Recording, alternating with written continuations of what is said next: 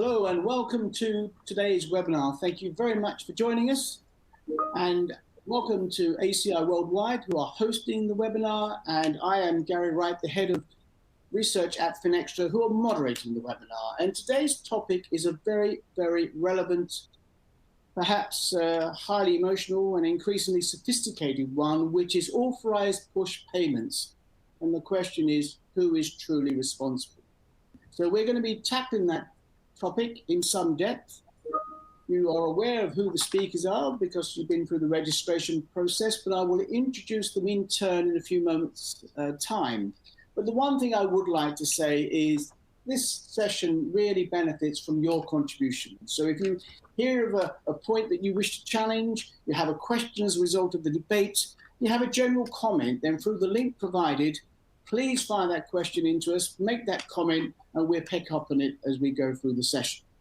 The format is, in a moment, I'll introduce the speakers, as I say. I'm going to ask them all to take a couple of minutes to give some high-level context to the topic that we're going to go into in more depth as the webinar proceeds. There are a couple of assets that I'd encourage you to look at and to download, both provided by ACI Worldwide. The first is expanding the horizons of fraud detection. And the second is an impact brief that they produced with Everlink, who they work with to accelerate the use of machine learning to look at the management of fraud. So let me push on with that and remind you that also I've got a bit more involvement for you to come because I have some poll questions as well. But let me just set the scene a little bit. The increase in authorized push payment fraud is very visible globally, and perhaps accelerated by the increase in digital online banking and the impact of COVID. But whatever the reasons for it, they're becoming more sophisticated, they are more damaging to businesses and consumers, they are harder to detect, and they're having a real impact. So what are some of the schemes and scams that we're seeing? What are some of the solutions that may be out there to help us identify and even prevent APP scams? And what should the industry be doing, maybe more as a collective group of people, to share information, insights, and try to be ahead of the curve? And then there are some other considerations, such as the highly emotive one of responsibility for refunds. And in some countries and jurisdictions, there's a sort of heavy sentiment to the regulation that suggests the victim should be refunded by the banks. And that's an interesting debate that we're going to have. So let me turn to and welcome the speakers. Thank you, each of you, for your prep before this and your contribution, which I know will be very welcomed as we go through the session. The first speaker I'd like to introduce is Hannah Preston, who is the anti-fraud strategist for ACI Worldwide. Professor Suvila, who is the global fraud expert of Nordea. Vinaya Parvate, who is the global head fraud risk oversight for institutional clients group at Citi. And Jim Winters, who is the head of economic crime at Nationwide. So we have really a great spread of insights and experience on the topic. And as I said, we're going to start off by asking each of the speakers to set the scene with some opening remarks. So let me go to you, Hannah, first, and let's share your thoughts on the topic to kickstart us. Great. Thank you, Gary. Yeah, it's been burning a hole in my soul to talk about this because it is every day you're seeing something on the news where somebody's been scammed out of something. And I think, the way to look at it is there's three sort of parties that are sort of, that can do something about it. And then the customer is kind of the middleman in the whole scenario. So you've got those that are responsible. So that'd be the scammers and fraudsters and what have you. And they're very seldomly held accountable. I don't know if anybody saw the Tinder swindler recently, and 5 months with all that, it's hard to believe, really. But anyway, it's really hard to hold those responsible because they'll be all over the world, hiding behind masked IP addresses, and very sophisticated in the way that they do things. And then you've got the people who are accountable. So that would be the platforms and the telcos and anywhere that connects who's responsible to the customer. And they're the ones that are accountable but not necessarily liable.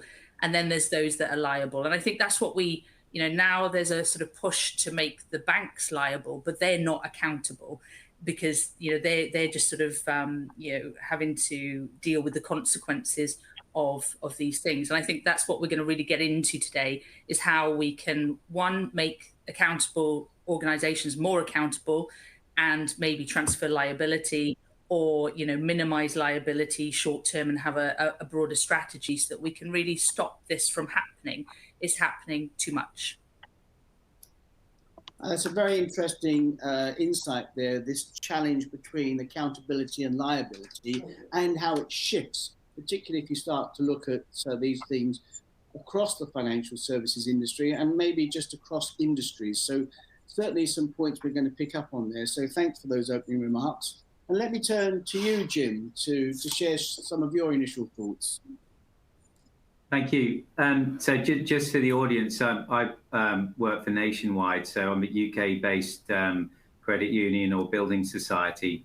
So my context is what's going on in the UK at the moment. And as Hannah said, scams are on the increase. The losses are on the increase. It's widely known in the UK and it's widely reported. The pandemic has obviously compounded the problem. It created a captive audience for the fraudsters. It removed our customers from their support networks, and it's increased vulnerability.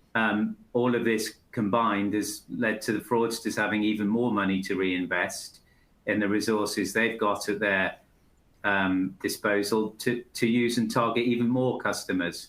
So that's why we're seeing scams grow. At the same time, in the UK specifically, the onus and all of the incentives are very much on financial services to solve the problem alone. All of the liability discussions and the regulations that exist are all focused on financial services doing more to reimburse more customers. And unfortunately, in spite of all of the activity in this space, we're talking about things like the contingent reimbursement model. What they've singularly failed to do is reduce the incidence of scams, which is one of the original principles, which is something that needs to be changed. And I guess without going too much in the discussion further on today, the reason why scam losses are growing is because the problem to now has largely been given only to financial services to solve. And I think, as Hannah suggested, the drivers for fraud and scams all over the globe are there across many different industries. If you look at the scam types and the life cycle of scams, they can start off in the telecoms industry, they move into internet service providers and domain registrars, they can touch on big tech platforms, social media. If you give the problem only to financial services to solve and the focus is too much on reimbursement, we'll continue to see this growth. So the secret has to be the solution, has to be better collaboration and data sharing across these industries that contribute to these scams and fraud happening in the first place. Jim, thanks very much for that. And certainly points that we want to pick up on, because as you rightly say, this cannot be resolved in isolation as one sector when the problem is quite acute across multiple industries and different sectors. So again, points I'd like to come back to. Let's carry on with the introductory remarks. Vesa, I'd ask you to share your thoughts next, please. Thanks, Gary, and thanks for the invitation. I think the topic of today's meeting is really, really important, and we are in the core of fraud prevention, scam prevention, when we are talking about who's responsible. And I'm coming from Nordea Bank, the largest universal bank in the Nordic countries. And just as I heard from Hannah and Jim, from how is the discussion going on with liability, I think in the Nordics we are in a bit different context. And my job is to scan fraud vectors on the Nordic countries, and I can see that even within Nordic countries there are differences between countries how we look at the liability issue. But what I'm expecting from this discussion is to set the scene. What is happening right now? We we are seeing scams increasing. If we look past 2 years, there are two trends. We can see card fraud actually decreasing at the same time as account and online fraud and scams, APPs, that sort of vectors increasing using various stories. So if I summarize it, we are seeing phishing, smishing, and vishing, and those are hurting our customers. Lots of development in the pipeline when it comes to our bank, how to detect fraud and prevent it. But yeah, I hope I can bring some Nordic perspective to this discussion, maybe regarding digital authentication tools and so on. I think that's it for me. No, thanks very much. And I'm sure you will be introducing some interesting dialogue there, because clearly the level of technology use maybe is quite high in the Nordics, and maybe that goes some way to preventing fraud, but nevertheless, there's some interesting discussions around refunds in your region of the world. So let me thank you for that. And close this first section. Vinaya, from your perspective at Citi, what are some of your thoughts on the topic? Thanks, Gary. And first of all, thank you so much for inviting me to this very important discussion. So I'm based in the UK. I work in an American bank, and the business that I oversee fraud risk for operates in more than 90 countries. So it's something that I wanted to share with the audience, that this is a problem that is being faced all over the world. It's not specific to the UK or to this or to the Nordics or to the European region. In fact, a very large high-profile case that we saw recently happened in Singapore, where a local bank has lost more than $6 million US dollars equivalent in a single attack over a short period of time, barely a matter of few days. So what I really wanted to share was for our audience to give a little bit of perspective in terms of what's the scale of the problem that we are talking about. As Vesa pointed out, we certainly are seeing a reduction in card fraud, and my read of the situation is that's one of the big reasons why the fraudsters have turned their attention to authorized push payments as their new favorite modus operandi, if I can use that term. So in the UK alone, first half of 2021, more than £350 million were lost to authorized push payment scams.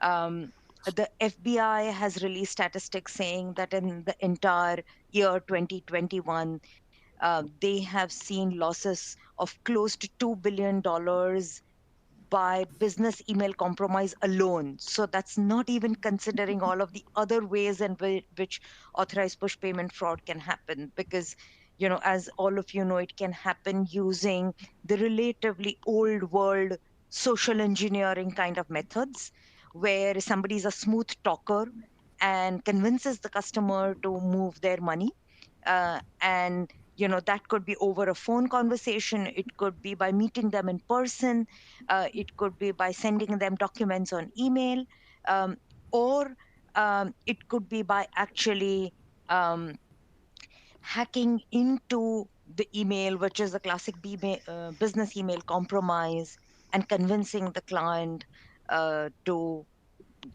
transfer funds. So that's the other piece that I wanted to bring out, that we have one nice little label saying authorized push payment fraud, but actually when you look underneath that, there are many different ways in which it occurs. And that is why this, that's one more reason why this problem is so complex and difficult to solve.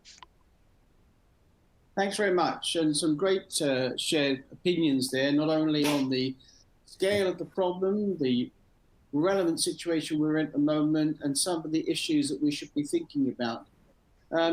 Why don't, before we go on to the next session, Hannah, why don't you, I asked you just to define and describe authorized push payments, and let's put that into some context. So Hannah, yeah, please. It'd be great to translate that. So I hate acronyms; they just confuse people and make people feel stupid. So if you translate it, it's basically the customer has, authorized the payment. They have paid something under duress or panic or fear or greed or something. And somehow a scammer has convinced them to be able to sort of make a payment. I mean, there's one example where somebody bought a toothbrush for £5, and then they said, "Oh, you've overpaid us by £5,000. And if you give us these details, we'll send you the £5,000 back." And then £20,000 is gone.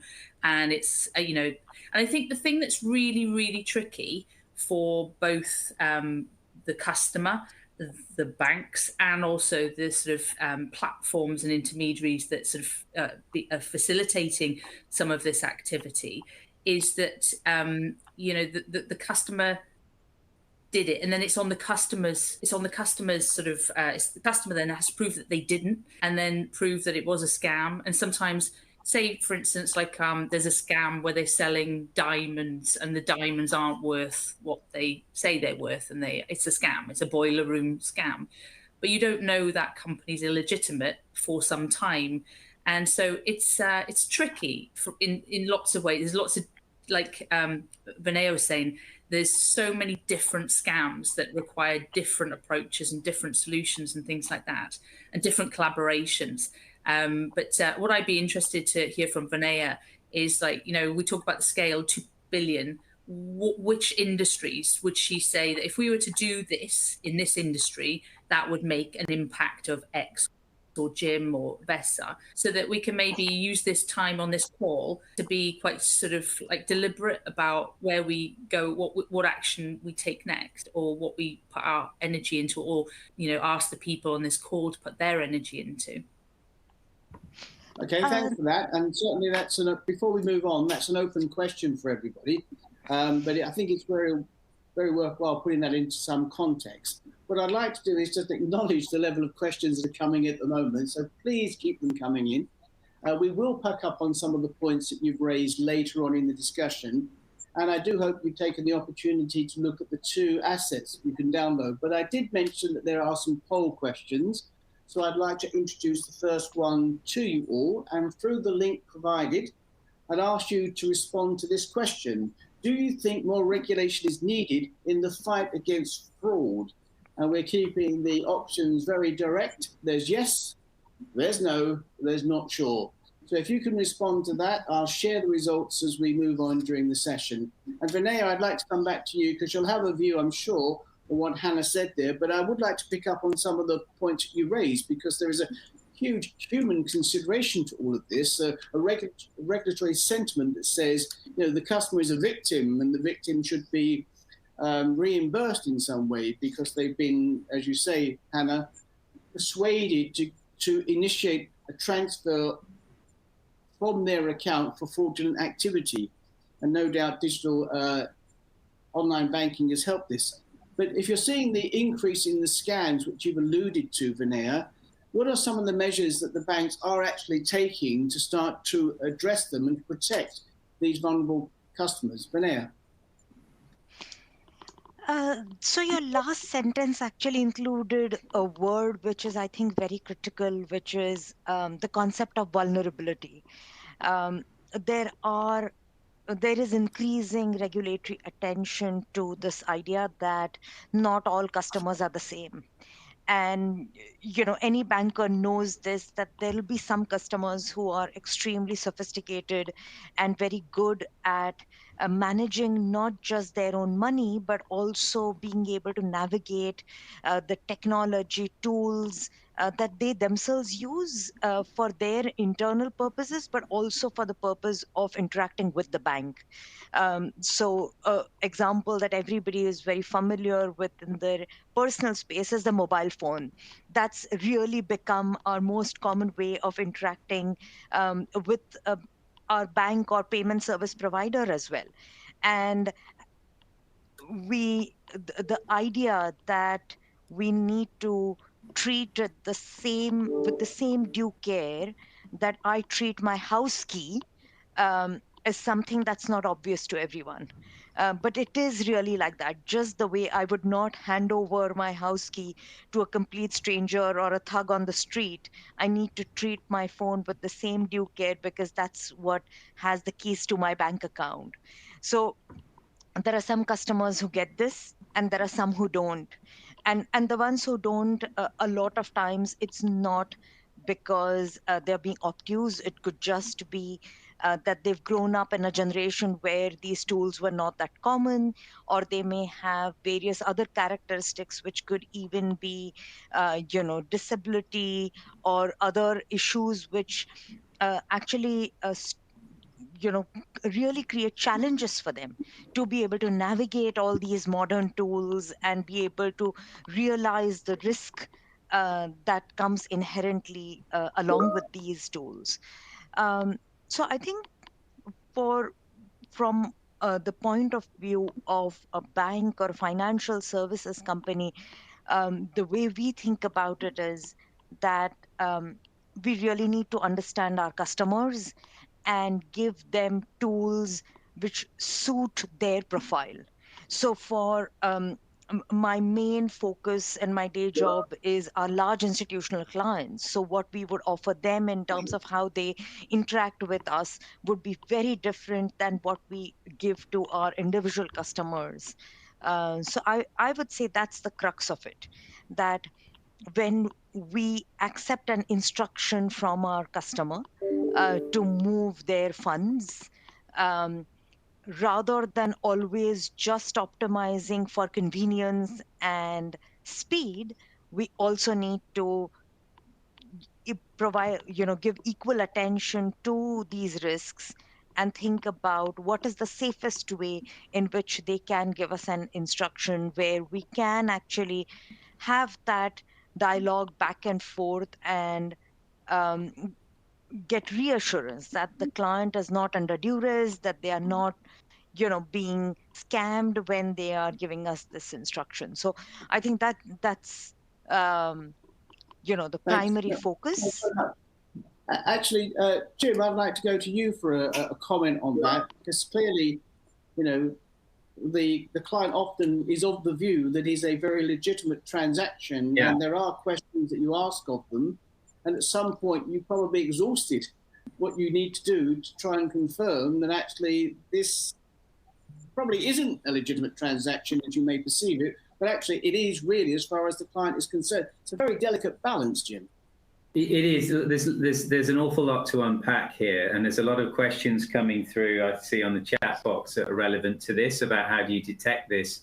The first thing to remember is that this is authorized fraud. It looks very different to unauthorized fraud. All financial institutions have grown up honing their skills in terms of identifying unauthorized fraud, unusual devices, unusual activity. APP fraud is so difficult to spot because it's absolutely the customer. And depending on the type of scam, generally the customer thinks that they're doing something legitimate, and they really do take some persuading not to do that thing that's going to give them an unrealistic return. So number one, we've all grown up trying to drive more efficient strategies using automated contact strategies, SMS, push notifications, automated outbound dialing. None of that works for scams, because you can't break the spell. There's a key thing here which is required, and that's I think Vinaya was referring to this. You have to break the spell that your client is under. Now, that's not always that straightforward. And again, in the UK, the APP landscape, particularly from a consumer protection perspective, is incredibly mature, to the point that it's probably the safest place in the universe to be a victim of fraud, because you're most likely to get refunded in the UK because of how evolved our refund strategies are. Now, to provide the right level of protection and to get upstream of this, many UK banks have had to pull back from automated contact strategies and better isolate the high-risk payments to be able to intervene more manually and actually have a conversation, to the point that the complaints ombudsman will expect you and all of the client-facing people in your organization to be able to have an informed conversation to recognize when a consumer might be at risk and to break that spell. And if we haven't gone far enough, we can be held liable or we're required to refund that client. So you talk about how you prevent this as well. Well, we could talk about the opportunities to work with other industries shortly, but you're looking for different signals now. And it's more in the space of things like biometric profiling, where you might notice some very tiny little nuances in your customers' behavior that you wouldn't normally pick up on. But the normal tools, device profiling, as I said, payment profile, they're not going to work for somebody who's doing something that they believe is genuine. It might be in line with their usual activity. They're going to be using their phone, their laptop, their normal iPad to do these transactions. So you need to look at this a little bit differently. But the key thing is that manual intervention to be able to break the spell. So I want to push on to some of those issues around refunds and the tech. But on the points that Jim has just raised there, Hannah, any initial thoughts on that? Yeah, there's a couple of thoughts. One of my concerns is that, as it becomes easier to get paid out by the banks for scams, that in some ways the fraudster doesn't need a victim. The fraudster could be, just circling money and just taking money out of the system. And that's the thing I think is the tricky bit. And this is where ACI could be really valuable in terms of being able to determine, whether it's a legitimate claim or not, and then having the data and being able to package it up in a way that could then sort of, justify why you're not paying out on a certain claim and what have you. So that's my one of my concerns. The other thing that I think is really important for all fraud professionals and people that working in financial crime need to be sort of mindful of is bringing AML and fraud into the same kind of engine, if you like. Obviously, you have a different job to do with AML and fraud, but that within the system can be taken care of. But being able to spot where you've got delinquent accounts that aren't sort of behaving appropriately, because don't forget, a lot of banks, they've got to put the money somewhere. So if you can fight it from both sides, you're looking at the transactions that are going on your accounts, not just for an AML perspective, but also who's conducting this financial crime. Maybe there's patterns in the fraud that we can then match up with the AML type approach, and then sort of have a more, sort of data-rich approach to these things. The other thing is AI, and over the years, it's only in the last sort of 5 years really that people understand fully, and the industry understands fully what AI is all about, and they've got data scientists and things like that. What we've done is simplified the ability to generate models so that a business user can be a data scientist to some extent, because they can get the output that they want, the results, but they don't need to, understand the underlying mathematics and what have you. So it's really sort of having that enterprise mindset around sort of being able to connect all of the areas within your business that can spike fraud. Well, we've certainly had a whole range of questions on the prevention side of it. I just want to push on a little bit, if I may, to Vesa, because there's so much I want to get through here, and the questions are really coming in, so we want to pick up on those. I don't think anybody would argue that the Nordics are huge developers and consumers of tech, and you've probably been ahead of the field in some cases when it comes down to looking at how you manage the identification and verification of customers and behavior of transactions. But one of the things that does crop up there is the approach that you have to refunds, which is very different. So what's the background to that story, Vesa? Yeah, well, to be honest, I think that we are just not yet there, but eventually, I believe there will be further discussions also on our areas. And I think it was Jim who mentioned that the UK is probably the best place to be a victim of fraud. So in Nordics is not necessarily vice versa, but in the Nordic bank scale, we've been more stricter when it comes to talk about the level of negligent, how much customer is involved. And when I'm listening this discussion, I also can hear that when it comes to APP scams like love scams, investment scams, we don't even get so much disputes regarding that. And one reason is first that customers just believe that they are in love, or they are investing in the best product in the world. Or secondly, even if they realize that in the end they are in a position thinking that it was their own choice and not disputing bank from that.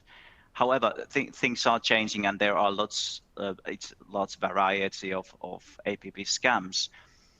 But when it comes to technology, I would like to highlight the digital authentication tools that are very commonly used in the Nordics among different customer segments. Well, I like in these sort of webinars, I always like to take my mom as an example. She's over 70 years old and I love to use her mobile bank and mobile ID for paying bills. And it works really well. And in her case, she also gets lots of scam text messages or inquiries from social media. But it's about having that digital tools to know who is using your mobile banking or net bank, and also the level of awareness is quite high. But this to say, I don't see that we are protected. Actually, vice versa. In the past year we have seen tremendous increase in phishing calls and mobile bank fraud.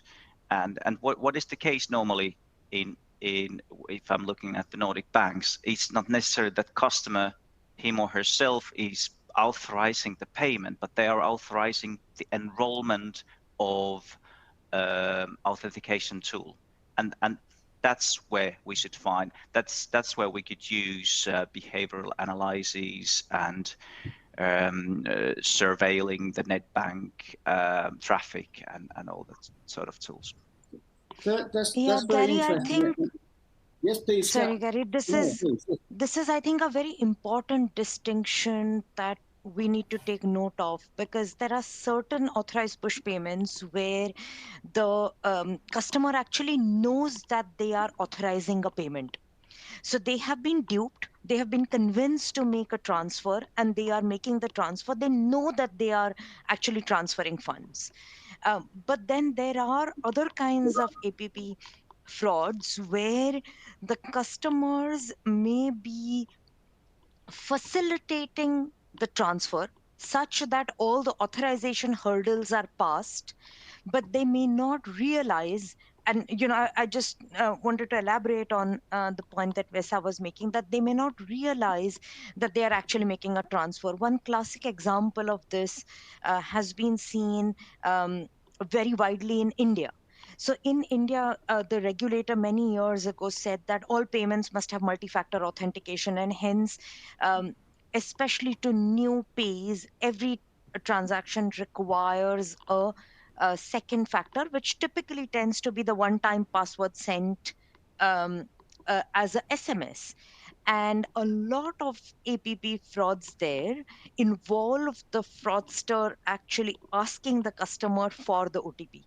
So they've managed to somehow, either steal the login credentials, and they actually on the phone may ask the customer to share the second factor, which is the OTP, and the customer may not even realize that the reason why they're being asked to do that is because there will be a debit to the account and a payment will go out. So, this is again another flavor within APP which comes up, that for the bank, what you receive looks like a instruction which has passed all authentication hurdles. It has passed multi-factor authentication, and yet in that sense is a fraud. So, I know there were some questions about the various MOs, and really it is very varied. Yeah, and so let me push on a little bit. I want to go to the second poll question. I know I haven't given you the results of the first one yet, but let me give you the second poll question is, and please respond by the link provided. The second poll question is, have you received an untrustworthy communication in the last 12 months asking for details of your accounts? Yes, no, or not sure. And the reason I held back is because, Hannah, I'd like to go to you, because one of the things we've talked about here is, the behavior of customers, the processes of banks, the use of tech. But the question we asked at the beginning was, do you think more regulation is needed in the fight against fraud? And the answers are 75% yes, no is 12%, and not sure is the remainder. So my question really is around the regulatory regime, the legislation. Is it fit for purpose? Should there be more of it, or should it be applied more rigorously? Anna. So I think it's a case of more broadly, because I think there's a lot of emphasis on the banks to do what they can do, but they don't have control over the customer falling in love with a fraudster or responding to a text message. I mean, so like I said at the beginning, you've got the responsible party, which is the fraudster. You've got the accountable party, which is the facilitator that allows communication between the fraudster and the customer. And I don't think there is enough focus on accountability for that area. And if we just say, oh, well, the banks will pay for it, it gets to a point where the banks can no longer afford to pay for it. And why should they, to a certain extent? I think that customers should be protected, but they should be protected also from the platforms that they use. Now, I see, you're just going back to Vessa's point on the love scams, right? One of the reasons why would you even pay out on a love scam as a bank? Because somebody has fallen in love, they're in a relationship, they may have been in that relationship for 12 months. How do you determine whether it was a real relationship or not? The relationship, then you could have, well, I lent my boyfriend £1,000, he didn't give it me back, and therefore he's a fraudster. It's a very tricky area. But, when I was growing up, say if there was a pub or, still, right? There's a pub that, if you go there, you're going to get knifed or raped, or something bad's going to happen to you. That pub would be shut down, and we certainly wouldn't go there. We wouldn't be leaving our houses. But yet these platforms that, to me, are no different to a bricks and mortar business. If I went to go in a shop with a balaclava on, they would say, no, you're not coming in. So if somebody's coming to a website with a masked IP address, they're basically wearing a balaclava into a shop. And I think that the onus right now is on the person who's been scammed to prove that they've been scammed, to prove that this is not real love, this is not real, and whatever. And sometimes it takes more than one event. So that first person, unless he does it to another 10 people or something, is going to struggle on their own. And I think that's wrong. I think what should happen is that we should leverage existing regulation. We should apply AML policies.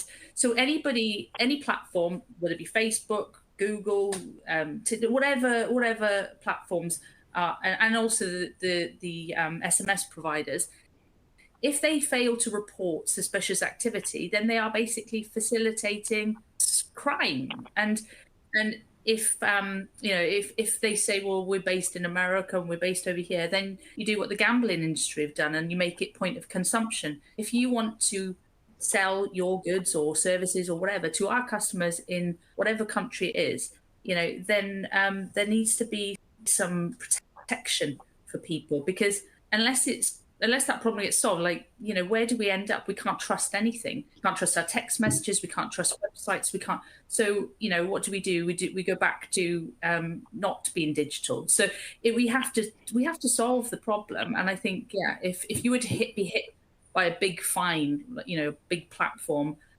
say, like the UBS, that have been hit with AML fines, 5.3 billion. You're telling me that they couldn't solve the problem? They could, So yeah.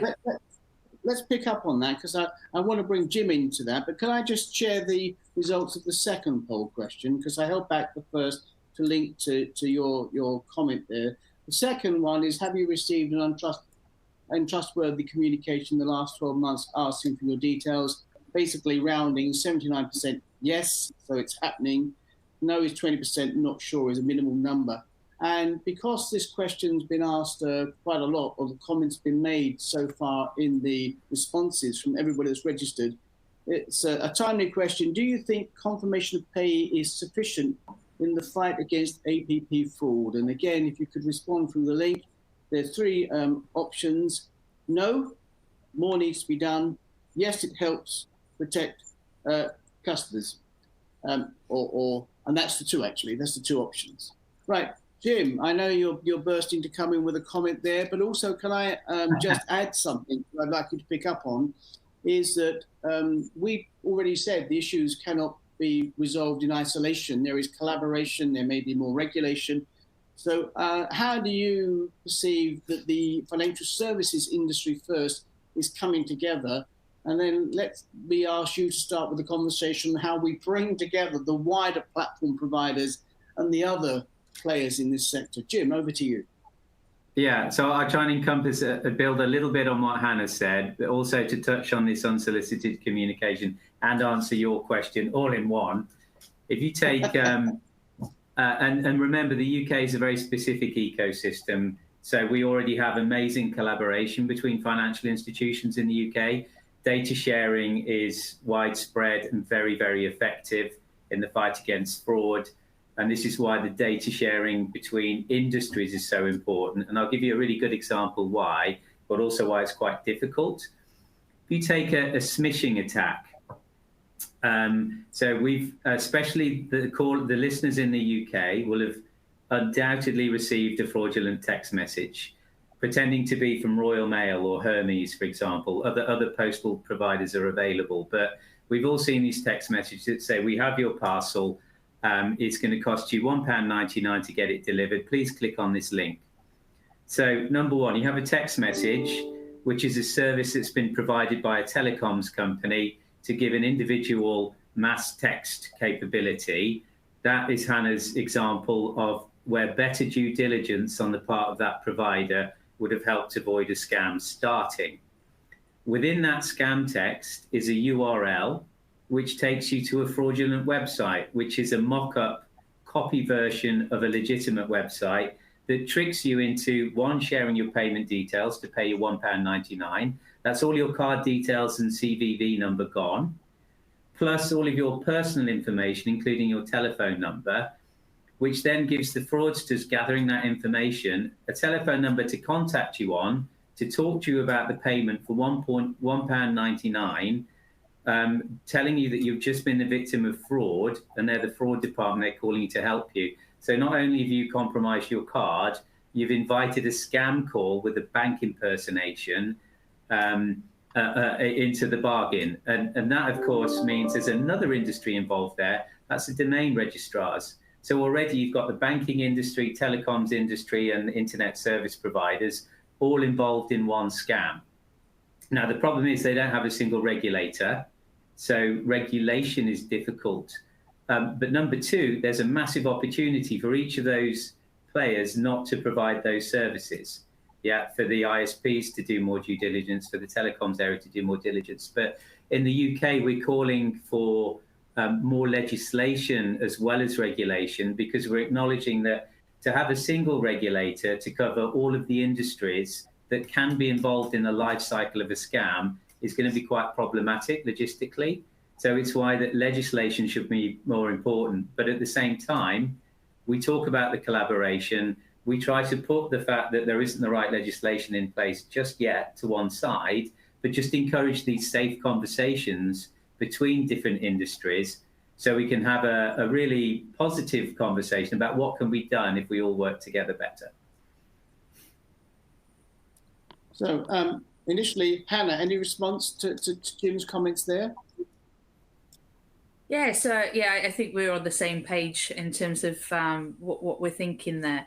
I also think that some of the technologies around sort of network intelligence and things like that, it would be the more data that we can consume within a network intelligence approach, which is something that we do at ACI, and we can process huge amounts of data and anonymize it, so the value of the data is leveraged, but information's not passing anywhere. And I would like to sort of open up that our network to include more industries and look at more data and be able to connect all the dots and identify those patterns as they're emerging, so that everybody can be more aware of these things in real time. So so there's technology that we can apply to these things. It's just really, the technology's there. It's just the willing participants, and I think that's where the liability and accountability, where you can, you only get accountability if you make them liable in some way. If you drive that, if there's a cost. Absolutely. And Vesa, to bring you back in, because traditionally in the Nordics, it's been a very collaborative approach to tackling many of these issues. You've heard some of the discussions around the multiple touch points in industries that encourage APP. What's your view on how it happens in the Nordics and how it will continue to develop? Well, now actually, as I'm hearing Jim talking about how it works in the UK, I'm not sure anymore if we are very much ahead in that. I can see lots of good collaboration, and that reminded me one good one from Finland last week. The Finnish Cybersecurity Center recommended telco operators to start stopping phishing calls outside of Finnish borders when they are using Finnish phone numbers. And I just talked with a colleague earlier today, and she said that actually all that sort of tech support phishing has stopped like in a one night, thanks to that recommendation, and that the operators started to work on that. So we really see such stories on that. But it's obviously not just those parties, but everyone else as well. We have several groups in different countries, and also cross-border, including law enforcement, various banks, payment service providers, card schemes, different, and even have a constant discussion with financial ombudsman, like trying to find common ground and set the scene where we are with fraud, what are the trends, so we can actually help each other to brainstorm what can be done, what other parties to get into the discussion. So on that point, sorry, please carry on. Just a quick one. Yeah, so I'm going to be running a think tank around this. So anybody that's really interested in sharing ideas on an ongoing basis every couple of weeks, get together and just think, just work as quickly as we can in whatever ways we can as a group to really, solve the problem, limit the problem, minimize it. Yeah. Thanks, Gary. Right. Yeah, no, that's clearly reinforcing the message that we've got to have a more collaborative and open approach. Before we sort of start drifting in towards the end of the session, there was a third poll question, and that is, do you think confirmation of payee is sufficient in the fight against APP fraud? And it's basically a straight split that no, more needs to be done is 82%, and the rest is yes, it helps protect consumers. So Vinaya, you may have a view on that, but just from a point of view of, I think you said, operating in 80 or 90 countries, how does Citi Bank look across its own organization at the lessons and the impact of APP scams? Vinaya. So Gary, this is a challenge and an equally difficult problem across all of the countries. I know there have been some questions about whether there is a significant difference in terms of the regulatory stance or the scale of it or the risk level of it across markets. And my sort of quick reaction to that is that the overall scale of it tends to be proportional to the overall market size. So I would say that it is equally a problem across all of the countries. So we do tend to see, given that these are large markets, we tend to see some concentration in countries like the US, the UK, but that's just correlated to the overall economic activity within these countries. I did have a specific thing I wanted to raise on the topic of collaboration and regulation, the role of regulators. I wanted to go back to something that Hannah briefly mentioned. Um, we've had in the last 5 to 10 years, we've had a proliferation of um, non-banking companies who are offering what I like to call as stores of value. You can call them wallets. Many of them intend to be actually just payment service providers, but the reality is to facilitate those payments, they are also providing the ability to store some funds with them. So whether it is the likes of Google Pay or PayPal, or we have a lot of these kind of service providers all over the world that have sprung up, including those whose core business may be something else, but on the side they allow you to open a wallet. Today they are not subject to the same level of financial crime regulation that banks are. In some markets, it's a little better than in others, but I think unless each of them start um, putting customers through the same level of diligence before they actually allow them to store money with them, uh, this problem, will continue to be sort of a difficult problem. Because yes, the fraudsters move money into other banks' account, but they also move money into all of these other stores of value. And they will continue to find whatever is the easiest place for them to move money without anybody asking them questions.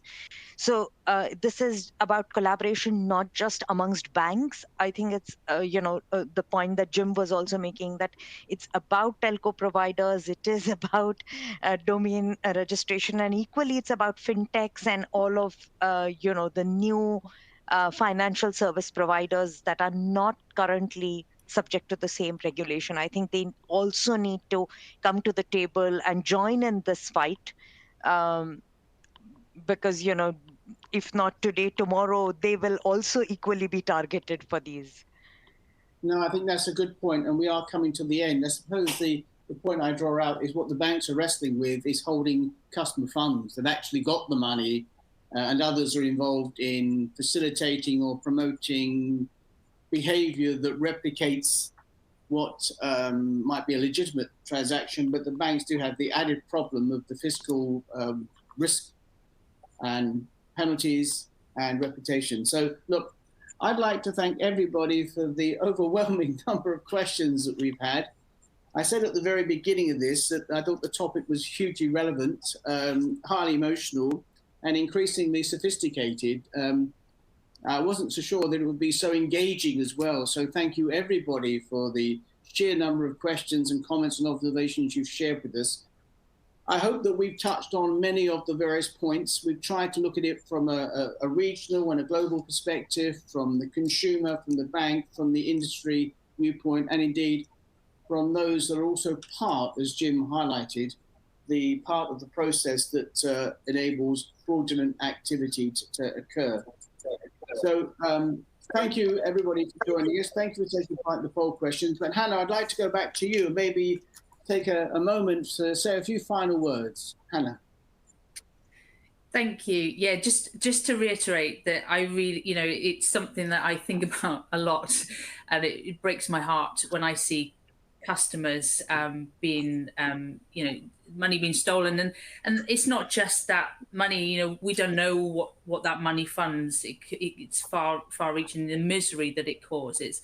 And so it's a call to anybody on this call that really wants to make a change. I really want to make a change too. And so please reach out to me with any ideas that you might have, or we've got an amazing team of data scientists and technology that we can bring together or develop to really help the industry in whatever way it needs. But yes, that's all I've got to say. But thank you, Jim, Bessa, and Vinaya. Thank you very much, and Gary, it's been a pleasure. Well, yes, I would like to add my own thanks to you, Hannah, and to everybody else that spoke and helped me prep and made this such an insightful and interesting to come back to session at some point in the not too distant future. So again, I'll sign off now. Do enjoy the rest of the day wherever you spend it. Thank you very much for joining us. Thank you.